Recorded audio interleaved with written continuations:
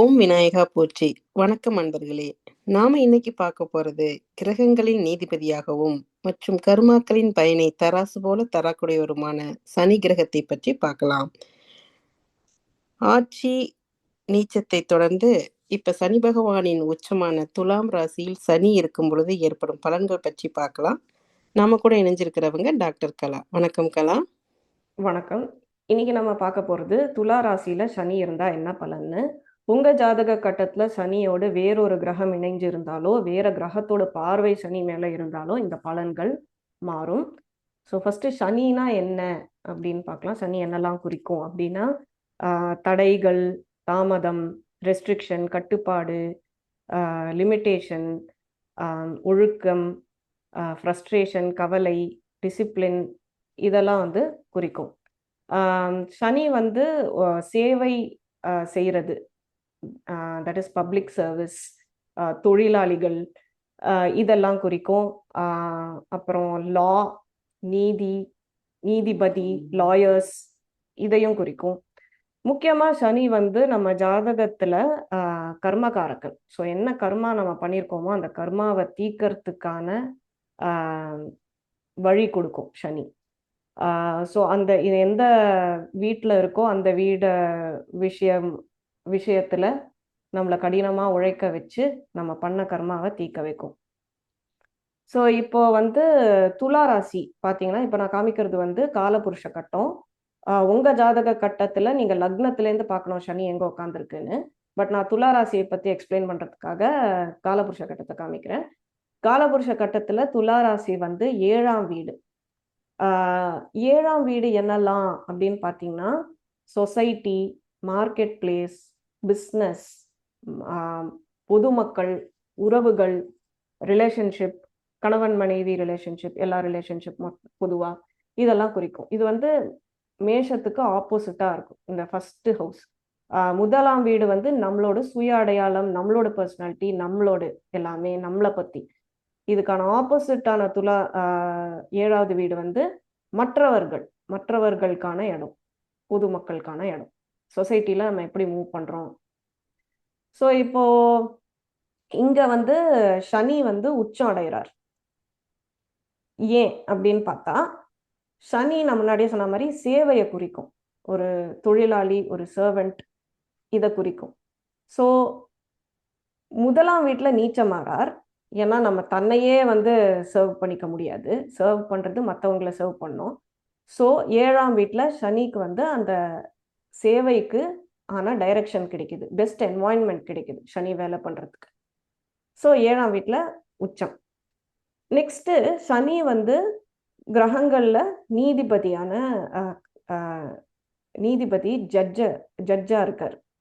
So துலா ராசி பார்த்தீங்கன்னா அதோட சின்னம் பார்த்தீங்கன்னா ஒரு தராஸ், ஒரு பேலன்ஸ். ஸோ துலா ராசிக்காரங்களுக்கு நான் பொதுவாக சொல்லியிருக்கேன், அவங்க வந்து ரொம்ப ஈக்குவாலிட்டி எதிர்பார்ப்பாங்க, எல்லாம் ஃபேராக இருக்கணும், எல்லாம் நியாயமாக இருக்கணும் அப்படின்னு எதிர்பார்ப்பாங்க. ஸோ சனி வந்து இங்கே வரும்போது சனியோட குணங்கள் இங்க மேக்சிமம் அதால வெளிப்படுத்த முடியும். ஸோ இங்க நிறைய பேர் லாயர்ஸா பார்க்கலாம், ஜட்ஜஸா பார்க்கலாம், பப்ளிக் சர்வீஸ்ல பார்க்கலாம், அரசாங்கத்துல வேலை பண்றவங்களா பார்க்கலாம். ஸோ துலா ராசி வந்து பிஸ்னஸை குறிக்கும். ஸோ நிறைய பிஸ்னஸ் மேனை பார்க்கலாம் இந்த இந்த பொசிஷன் வச்சிருக்கிறவங்க. ஸோ இந்த மக்கள் நேச்சுரலாவே சனியோட குணங்கள் இவங்களுக்கு ரொம்ப ஜாஸ்தி. ஒழுக்கம் ஜாஸ்தி, டிசிப்ளின் ஜாஸ்தி, உழைப்பு ஜாஸ்தி. ஸோ இந்த மாதிரி குணங்கள் ஓட இருக்கிறவங்களா இருப்பாங்க. அண்ட் ரொம்ப ஸ்ட்ரெயிட் ஃபார்வர்டாக இருப்பாங்க. மூடி மறைச்சு பேச முடியாது, மேனிப்புலேட் பண்ண தெரியாது, ரொம்ப நேர்மையாக இருப்பாங்க. அண்ட் நேர்மையாக இருக்காதவங்கள அவங்களால சுத்தமாக டாலரேட்டே சகிச்சிக்கவே முடியாது. நெக்ஸ்ட் வந்து நான் முன்னாடி சொன்ன மாதிரி சனி வந்து எதையும் ஈஸியாக கொடுக்குற கிரகம் கிடையாது. எதையும் லக்கில் கிடைக்கிறது கிடையாது. எல்லாமே உழைப்பு தான் முக்கியம். இங்கே உழைச்சாதான் அதோட பலன் கிடைக்கும். ஸோ அதுக்கான கடினமாக உழைக்க வச்சிருவார், போராட வச்சிருவார். ஸோ இந்த மக்களுக்கு வந்து இந்த சனியோட குணங்கள் ஜாஸ்தியா இருக்கிறதுனால எதையும் பாதியில விட்டுட்டு போறதோ, பொறுமை இழந்து பாதியில நிறுத்திட்டு போறதோ இவங்க பண்ண மாட்டாங்க. இவங்க வந்து ஒரு வேலையை எடுத்தாங்கன்னா கஷ்டப்பட்டு உழைச்சு அதை முடிச்சுட்டு தான் மறு வேலை பார்ப்பாங்க. ஸோ அந்த குணம் இவங்களுக்கு ஜாஸ்தி. ஸோ எல்லாமே நம்ம முன்னாடியே சொன்ன மாதிரி ஒரு டைம்க்கு அப்புறம் கிடைக்கும். நிறைய உழைச்சதுக்கு அப்புறம் ஒரு 30 வயசுக்கு அப்புறம் அதோட சக்சஸ் வந்து உங்களுக்கு பார்க்க முடியும். அது வரைக்கும் கொஞ்சம் கஷ்டமா தான் இருக்கும்.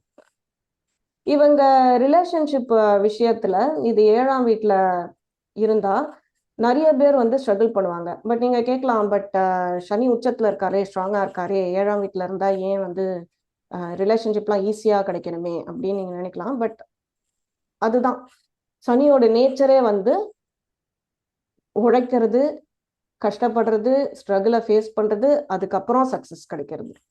ஸோ இவங்க வந்து லேட்டாக தான் இவங்களுக்கு வந்து ரிலேஷன்ஷிப்ல வந்து சக்சஸ் கிடைக்கும், கல்யாணத்துல சக்சஸ் கிடைக்கும். முக்கியமா இதுல வந்து ஏன் இதை புரிஞ்சுக்கிறதுக்கு வந்து நீங்க என்ன புரிஞ்சுக்கணும்னா, இந்த ஜீவகாரகன் அஜீவகாரகன்னு 2 இருக்கு.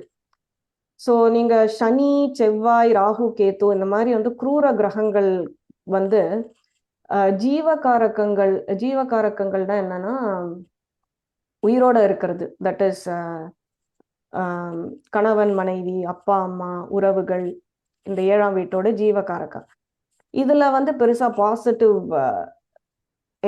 ரிசல்ட் வந்து இருக்காது. ஆனா அஜீவகாரகன் பாத்தீங்கன்னா, இதே 7ஆம் வீட்டோட அஜீவகாரகன் என்ன, தட் இஸ் உயிரோட இல்லாதது, தட் இஸ் பிஸ்னஸ், மார்க்கெட்டு, இந்த மாதிரி விஷயத்துல எல்லாம் டக்குன்னு சக்சஸ் வந்து கிடைக்கும். ஸோ ஒரு ரொம்ப கிரேட் பிஸ்னஸ்மேனா இருக்கலாம், ஆனா ரிலேஷன்ஷிப்ல நிறைய தடங்கள் சந்திச்சிருக்கலாம். ஸோ இந்த மாதிரி வந்து ஆப்போசிட் எஃபெக்ட் பார்க்க சான்ஸ் இருக்கு. பட் ஆஸ் ஆல்வேஸ் சொன்ன மாதிரி சனி வந்து ஒரு லெகசியை பில்ட் பண்ணும். ஸோ ஒரு இவ்வளோ உழைக்க வச்சதுன்னா அதுக்கான சக்சஸ் வந்து பெர்மனண்டா இருக்கும், நிலைத்ததா இருக்கும். ரொம்ப நீண்ட காலத்து உங்களோட செவரல் ஜென்ரேஷன்ஸ்க்கு அப்புறம், தலைமுறைகளுக்கு அப்புறமாவும் அந்த சக்சஸை நீடிக்க வைக்கும். ஸோ ஃபைனலா இது என்னெல்லாம் நட்சத்திரத்துல விழும்னு பார்த்தீங்கன்னா, சித்ரா, சுவாதி, விசாகம் அண்ட் சுக்கிரனோட ஸ்ட்ரென்த்தையும் நம்ம பார்க்க வேண்டியிருக்கு. ஏன்னா துலா ராசி வந்து சுக்கிரனோட ஆட்சி. ஸோ இதுதான் ஜென்ரலா துலா ராசியில உச்ச சனியோட பலன்கள். ஸோ சனி உச்சத்துல இருக்கும் பொழுது தொழில் சம்பந்தமா அதெல்லாம் வந்து வெரி சக்சஸ்ஃபுல்லா இருக்கும். ஆமா. ஓகே. ஸோ நம்ம கர்ம வினைகளை கழிக்க வர்றதுக்கு சனி பகவான் நமக்கு ரொம்ப உதவுறாரு. அதனால சனி இருக்கும்போது பயப்படுறதை விட நம்ம கடினமா உழைச்சோம்னா கண்டிப்பா அந்த வெற்றியும் அவர் கொடுத்துட்டு போவாரு. நன்றி கலா. நன்றி.